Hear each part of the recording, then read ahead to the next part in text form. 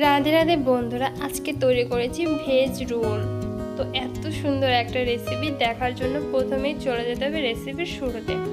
এখানে সয়াবিনটাকে সিদ্ধ করে আমি গরম মশলা, জিরে গুঁড়ো, ধনে গুঁড়ো, লঙ্কা গুঁড়ো সব কিছু দিয়ে তেলের মধ্যে কষিয়ে নিয়েছি খুব ভালোভাবে। এরপরে নামিয়ে রেখে দেব। এখন একটা ফ্রাই প্যানের মধ্যে দিয়ে দেব পরিমাণ মতো তেল, আর তেলটা গরম হয়ে গেলে দিয়ে দেবো গোটা জিরে আর গোটা গরম মশলা। খুব ভালো মতো ভাজা হতে হতে চলুন একটা মশলা বানিয়ে নেওয়া যাক। এখানে আমি প্রথমেই দিয়ে দিচ্ছি জিরে গুঁড়ো, এরপরে ধনে গুঁড়ো, আর লঙ্কার গুঁড়ো আর গরম মশলার গুঁড়ো। এটা দিয়ে আমি একটু জল দিয়ে একটা পেস্টের মতো করে নিচ্ছি।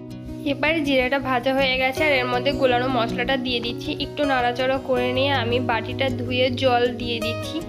দিয়ে একটু বেশি সময় নিয়ে বারবার করে কষিয়ে নিতে হবে যাতে কোনো কাঁচা গন্ধ না আসে মশলা থেকে। এরপর মশলাটা থেকে যখন তেলটা ছেড়ে যাবে তখন এর মধ্যে দিয়ে দেবো আদা, গ্রেট করে রেখেছি ওই আদাটা দিয়ে আমি আবার নাড়াচাড়া করে নেব।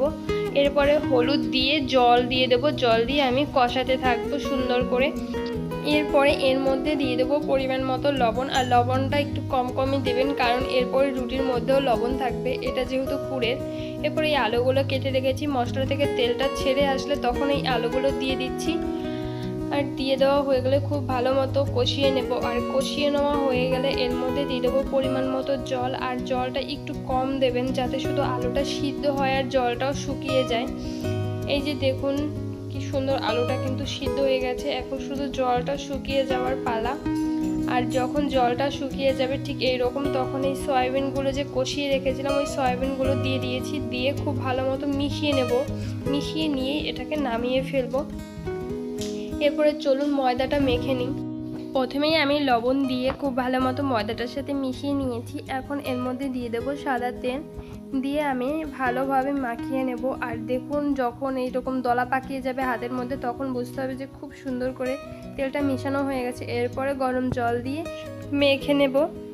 এরপর ময়দাটা ময়াম দেওয়া হয়ে গেলে আমি একটু ঢাকনা দিয়ে রেখে দেবো 5 থেকে 10 মিনিটের জন্য, তাহলে বেশি ভালো হবে আর কি। এই দেখুন 5 থেকে 10 মিনিট পরে ময়দাটা কিন্তু অনেক সফট হয়ে গেছে। এখন ছোট ছোট করে লিচি করে নেব আর এরকম করে গোল গোল রুটি করে নেব। আর হ্যাঁ, গোল না হলেও কিন্তু সমস্যা নেই, দেখুন আমারটা কিন্তু সম্পূর্ণ গোল হয়নি।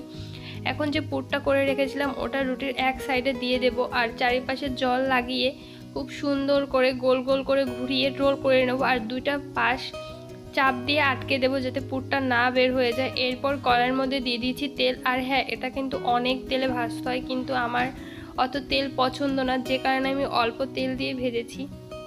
এটা যদি ডুবো তেলে ভাজেন তবে কিন্তু বেশি ভালো হবে। তো আমি অল্প তেল দিয়েই এভাবে উল্টে পাল্টে সুন্দর করে লাল লাল করে ভেজে নেব। সেই পর্যন্ত আমাদের সাথে থাকুন। এই দেখুন লাল লাল করে আমি কিন্তু ভেজে নিয়েছি, অনেক সুন্দর হয়েছে ভাজা, আর খেতেও কিন্তু অসাধারণ হয়েছে। দেখেই বুঝতে পারছেন যে কতটা ক্রিস্পি ক্রিস্পি হয়েছে। তো আমি আপনাদের একটা খেয়ে দেখাচ্ছি যে এটা কীরকম। অবশ্যই আপনারা স্বাদটা বুঝতে পারবেন না, দেখে তো অন্তত কিছু হলেও বুঝতে পারবেন। দেখুন মানে এতটা মজা হয়েছিল যে আপনাদের সাথে শেয়ার না করে পারলাম না। যদি আমার ভিডিওগুলো ভালো লাগে অবশ্যই আমার চ্যানেলটি সাবস্ক্রাইব করবেন, আর ফেসবুক থেকে দেখে থাকলে পেজটিকে ফলো দিয়ে দেবেন। টাটা।